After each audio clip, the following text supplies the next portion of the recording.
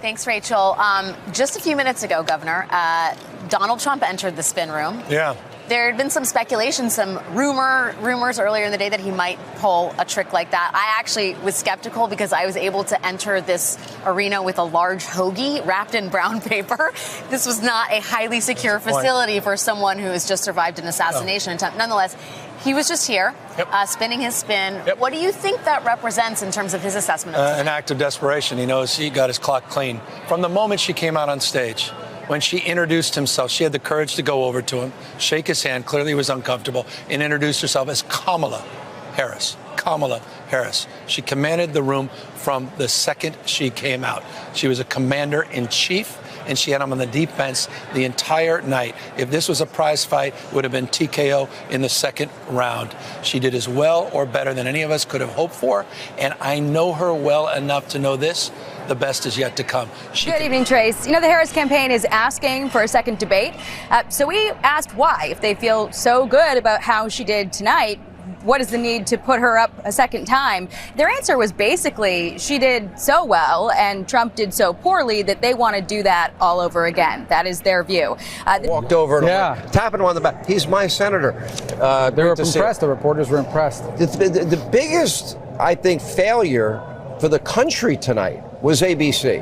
Yeah, it's an embarrassment. It's an embarrassment to journalism. I mean, it's on issue. I mean, there was times where they would say, Donald Trump, why did you do or say this horrible thing? And then the question to Kamala Harris is, what do you think about the horrible thing that Donald Trump did? There was no, listen, no. You know, you watch this thing, if you're a Democrat, you're like, oh, she did a great job. She was much more forceful than Joe Biden. If you're a Republican, you look at this and you're like, that's Donald Trump. He had some moments where you were like, oh my God, where are we going with this? And then he just had some great knockouts. And so this race just got tighter. But it shows a differentiator. Yeah. It shows what she is able to bring in terms of her communication, particularly on issues like that, to a whole nother level. And now to this new and expanded audience. And that goes back to why Donald Trump was in the spin room. It was a bad night for him. Yeah, her. Now, look, make no mistake about it. Trump had a bad night. He rose to the bait repeatedly when she baited him, something I'm sure his advisors had begged him not to do. In the first debate when Biden attacked him, he just kept his cool and kept going. In this debate, he rose to debating, and we heard so many of the old grievances that we'd long thought that Trump had learned were not winners politically. Mm-hmm. And there they all were, talking about how he didn't lose the election and all that. I mean, my sense is that she came out of this in pretty good shape. Now, how long this will last and is anybody's guess. But for tonight, at least. The best debate I've ever personally that I've had. We're getting polls that show 92 to 6, 88 to 11. We're having a lot of great polls that just came out.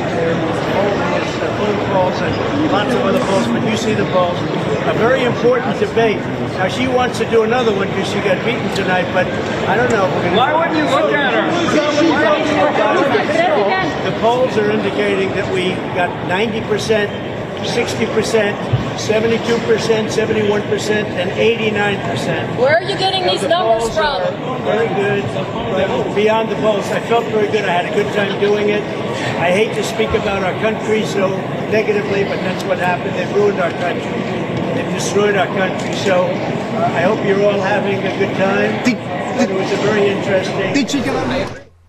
Disagree on other parts of what he said. I think the biggest loser in the debate, and we talked about this pre-debate, is ABC. The fact that we didn't get to fundamental, strong positions that Kamala Harris had taken on very deep and profound issues involving the economy and immigration and ending private health care and defund and dismantle. There was a lot of cliche, a lot of rehearsal that I saw in her performance. Okay, that's fine. That was anticipated. There were a lot of lies that she told about abortion, about Project 2025, about gun confiscation. Let me ask you about this for just very quickly. I heard Donald Trump before this debate describe Kamala Harris as, I'll just read a few of them, a low IQ individual, somebody who doesn't have the mental capacity to be president, really dumb, unable to put two sentences together. Is that what you saw on the stage tonight? John, what I saw was a lot of slogans. I think the American people are smart, and Kamala Harris talks to them like they're children. She repeats these ridiculous platitudes where if you actually think about what she said, you realize that it doesn't make any sense. She talks a lot about her plans, but then her plans, when you analyze the substance, don't make any sense. And more importantly, John, the American people don't get fed on plans. Okay, Michael Steele, you were quite animated when I saw you in the hallway earlier about that debate. I'm going to see what you're going to tell me. You think of the debate that you told me in the hallway. What was your take on the debate, Michael Steele? Go ahead. What was the key moment? She spanked that ass.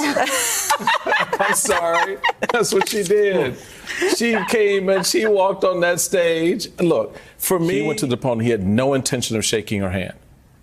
She walked across the stage right into his space, stuck her hand out, and said, Kamala Harris.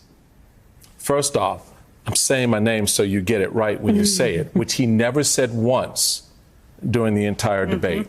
2, he never looked at her during the entire debate. And there was this point about 20 to 30 minutes in where that moment for me hit and resonated because she owned that stage from that very first moment. Very much to what Molly was just saying, that what she did was she prosecuted when she needed to prosecute, and all other times she was presidential. Yeah. And he looked small, he looked withered, he looked beaten, but most importantly, he looked pissed. And there's nothing worse than a pissed bigot on the stage with a woman he can't control. And she gave him no quarter for that. She gave him no room. And even in the one moment where she talked while he was talking, and you knew it was the moment he wanted, and he rehearsed it, and he was so anxious to say it, when he looked at her, he goes, I'm speaking. I'm speaking. Does that sound familiar? Then he said, does that sound familiar? Does that sound familiar? Yeah, he was feeling clever. Yeah. He was feeling in his oats. He was clever, and there was nothing. Yeah. You could hear a collective, what did he just do? Across the country, even amongst his own people. So I think tonight was definitive for her. Tonight, Kamala Harris showed that she was not just a vice president, that she was, in fact, ready to be president on foreign policy, on the economy, on domestic social issues, on issues, sensitive issues around abortion and race. Yeah. She had a presidential vein that popped out very clearly for the country to see. And Donald Trump, the only thing he could do was stand there and look at the floor, sulk, pout. And on Twitter, the only thing MAGA could complain about was, oh, ABC, why are they fact-checking only Donald Trump? Because he was the only one lying on the stage.